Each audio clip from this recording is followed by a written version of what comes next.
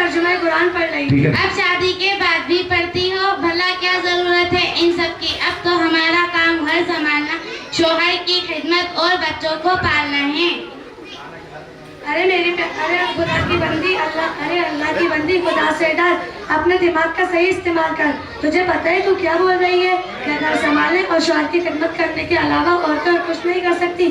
देखो, जब हमें कोई दुनियावी काम करने होते हैं तो हम उसे कितनी आसानी से कर लेते हैं। क्या हम इसके साथ इल्म दीन हासिल नहीं कर सकते? बल्कि इससे हमारे दीनी और दुनियावी दोनों काम बहुत आसानी से हो सकते हैं। औरतों का काम ही घर संभालना, खाना बनाना, सबसे अहम काम बच्चों को पैदा करना और उन्हें पालना है। भला आपका शादी के बाद पढ़ना किसी काम आया? न कहीं इमामत करवानी है, न कहीं जॉब पर जाना है। ये सब तो मर्दों का काम है। अब आप ही देख लो, शादी से पहले जो स्कूल और मदरसे की पढ़ाई की थी, भला किसी काम आई है? अरे बहन, तुम तो मगरिबी तहजीब से बहुत मुतासिर लगती हो, तभी तो इल्म दीन के खिलाफ उंगली उठा रही हो। क्या जरूरी नहीं इल्म दीन हासिल करने का मकसद पैसे कमाना हो?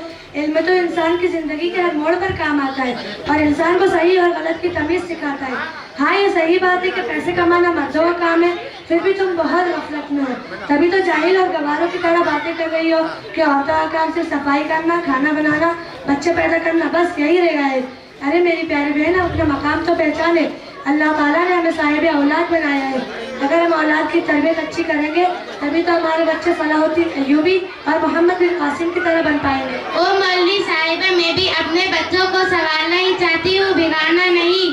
ठीक है, अगर आप अपने बच्चों को संभालना ही चाहती है तो उन्हें कुरान करीम की तालीम हासिल करें और अपने बच्चों से कहें कि वो भी कुरान करीम की तालीम हासिल करें। अरे बहन, आपने तो कहाँ से कहाँ बात पहुँचा दी। मैं तो आपसे ये पूछना चाहती हूँ कि कायनात की बेटी की शादी में क्या देने वाली हो? हाँ, मैं भी वही सोचती हूँ, क्या दूँ? कुछ ऐसा दे दूँगी जो उसके काम आ सके। अरे आपको कोई सामान देने की क्या जरूरत? वो तो हर जगह 200 का लिफाफा देकर चली जाती है। उसने मुझे भी 200 का लिफाफा दिया था, मैं उसे 50 बढ़ाकर दे दूंगी। और हाँ भी, जो 2 याद से लिखवा लेना ताकि तुम्हारी बेटी की शादी में वो भी तुम्हें दे। अस्तगफिरुल्लाह, ये कौन सी नई रस्म शुरू हो गई? हदिया तो दिल की खुशी से दिया जाता है, ना कि वापस मिलने की उम्मीद से। चलो, अब तो हर जगह दीन की बातों को लेकर आ जाती हो। इसमें ये सब तो माशरे में रहकर करना ही पड़ता है, इसमें क्या गुनाह की बात है? अस्तगफिरुल्लाह, ये तो बहुत बड़ा गुनाह है। ये तो एक तरीके का सूद है, सूद। और सूद लेने और देने वाले से अल्लाह ताला ने जंग का ऐलान किया है और अल्लाह ताला उसका मुकाबला खुद करते हैं। आयशा बेटा, देखो दरवाजे पर कौन है, और हाँ, जो भी तुम देना लिखवाना। वालेकुम अस्सलाम व रहमतुल्लाहि व बरकातहू। अम्मी, मरियम आंटी आई हैं। अस्सलामु अलैकुम। वालेकुम अस्सलाम व रहमतुल्लाहि व बरकातहू। आओ बैठो और बताओ क्या हालचाल है?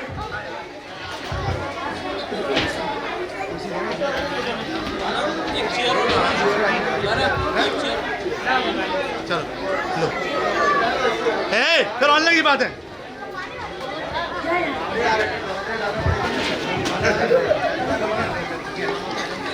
अरे सादिया, तू भी यहाँ है?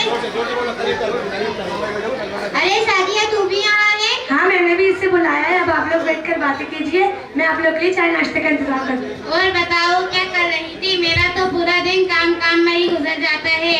हाँ यार, मेरा भी पूरा दिन काम में ही गुजर जाता है। सुबह में उठती,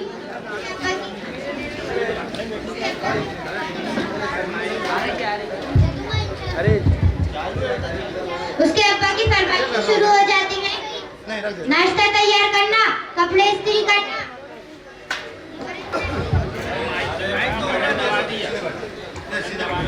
और इतने से बस नहीं, शाम का भी ऑर्डर देके जाते हैं। बिरयानी बना, कचुम्बर बना और तो और मिठा भी बना। अब बता साजिए, क्या करूं? एक तरफ बच्चों से परेशान, दूसरी तरफ बच्चों के बाबा से मरने तक की फुर्सत नहीं मिल रही। ये आदमी लोगों ने हमदर्दी नहीं, नौका समझ के बैठे हैं। मेरा घरवाला भी ऐसे ही करता था, ये कर वो कर, ये बना वो बना, अब चुप बैठता है। ऐसा तो क्या किया? तावीज किया? नहीं, तावीज थोड़ी किया। किसी को बताना मत। एक दिन मैंने मेरे पति को कोने में ले जाकर खूब पीटा, तब से सिर्फ आंख दिखाती हूँ, डर के चुप रहता है। तू भी ऐसा कर तो पकड़ दिखाने आएगी। अब तो मैं भी ऐसा ही करूंगी।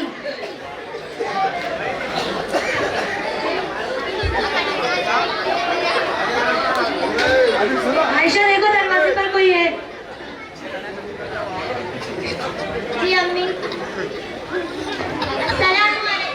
वालेकुम अस्सलाम व रहमतुल्लाहि व बरकातुहू। आंटी आंटी सही से बैठिए, आपा आंटी।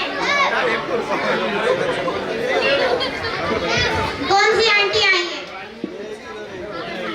खदीजा आपा आंटी। ये आपा को भी कोई काम काज नहीं है।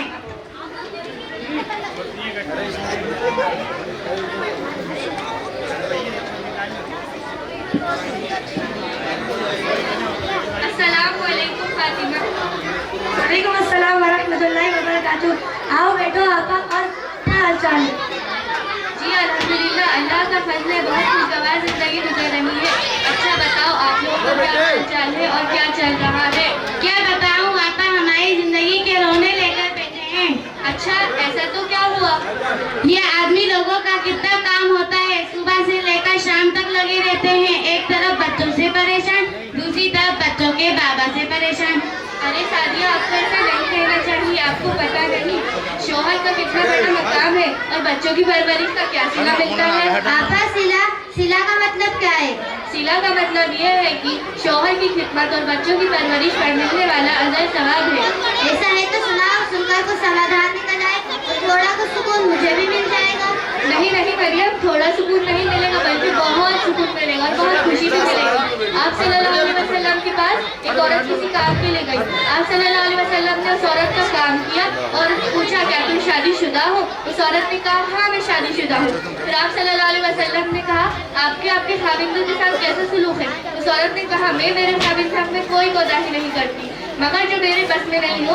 फिर आप सल्लल्लाहु अलैहि वसल्लम ने कहा ये देख उसके यहाँ तेरा क्या मकाम है, वो तेरे लिए जन्नत और जहन्नम है। क्या शौहर कैसे जन्नत और जहन्नम? वो तो एक इंसान है। सादिया तुम मेरी बात को नहीं समझी। शौहर का जन्नत और जहन्नम होने का मतलब ये है कि अगर शौहर की इताअत करोगी तो जन्नत में जाओगी और शौहर की नाफरमानी करोगी तो जहन्नम में जाओगी। आप सल्लल्लाहु अलैहि वसल्लम की हदीस का मफ़हूम है कि जिस औरत की मौत ऐसी हालत में आए कि उसका शौहर उससे राजी हो वो जन्नत में जाएगी। आपा आप ये बताओ किसी का शौहर अपनी बीवी से कैसे राजी होगा?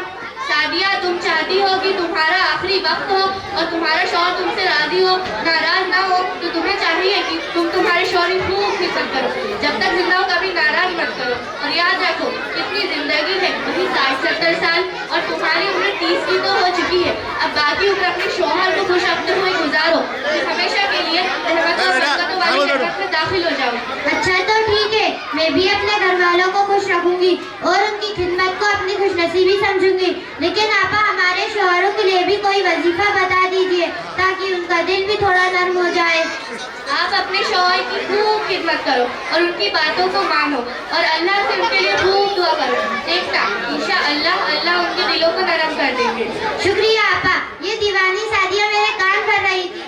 अच्छा ऐसा तो क्या कह रही थी तुम्हारे शौहर के बारे में? कह रही थी कि तू एक बार कोने में ले जाकर खूब कुचल दे, अपने आप ही ठीक हो जाएगा। मैंने भी एक बार ऐसा ही किया, सिर्फ आग दिखाते ही डर के मारे चुप बैठ जाता है। तौबा अस्तगफिरुल्लाह सादिया, ये तुमने क्या किया और ये दूसरों को क्या सिखा रही हो? जाओ अपने शौहर के पास जाकर उनसे माफी मांगो। जाओ अपने शौहर के पास जाकर उनसे माफी मांगो और ये दूसरों के कान भरना बंद करो, वरना याद रखो जहन्नुम की आग में दिए जाओगी। और ये दूसरों कान भरना बंद करो, वरना कल कयामत के दिन तुम्हारे कान में आग भर दी जाएगी और तुम्हें सख्त सजा दी जाएगी। अल्लाह मुझे माफ करे आपा, अगली बार ऐसा नहीं करूँगी। लेकिन आप तो कहते हो घर वालों से माफी मांगना, मुझे तो शर्म आ रही है। अगर तुम शर्म की वजह से माफी नहीं मांगोगी तो याद रखो जहन्नुम की आग दुनिया की आग से बहुत सख्त है। अगर जहन्नुम की एक चिंगारी भी दुनिया में डाल दी जाए तो पूरी दुनिया जलकर राख हो जाएगी और इसी तरह आपको जहन्नम में डाल दिया जाएगा। अच्छा आपा ऐसा मत कहो, माफी मांगना आसान है दोज़ख में जलने से। माशाअल्लाह आप तो बहुत समझदार निकली, बातों को बहुत जल्दी समझ लिया। अब लगे हाथ बच्चों की तरबियत के बारे में भी समझ लो। जी फातिमा आपा आप भी कुछ समझा दीजिए। आप सल्लल्लाहु अलैहि वसल्लम की हदीस का मफ़हूम है कि जो कोई माँ अपने बच्चे की पैदाइश के बाद उसे 2 साल तक दूध पिलाएगी तो उसे हर गुड और हर खतरे के बदले उस माँ को अजर सवाब मिलेगा। हम तो इस बात तो सोचिए, अगर जब माँ को इतना अजर सवाब मिलेगा,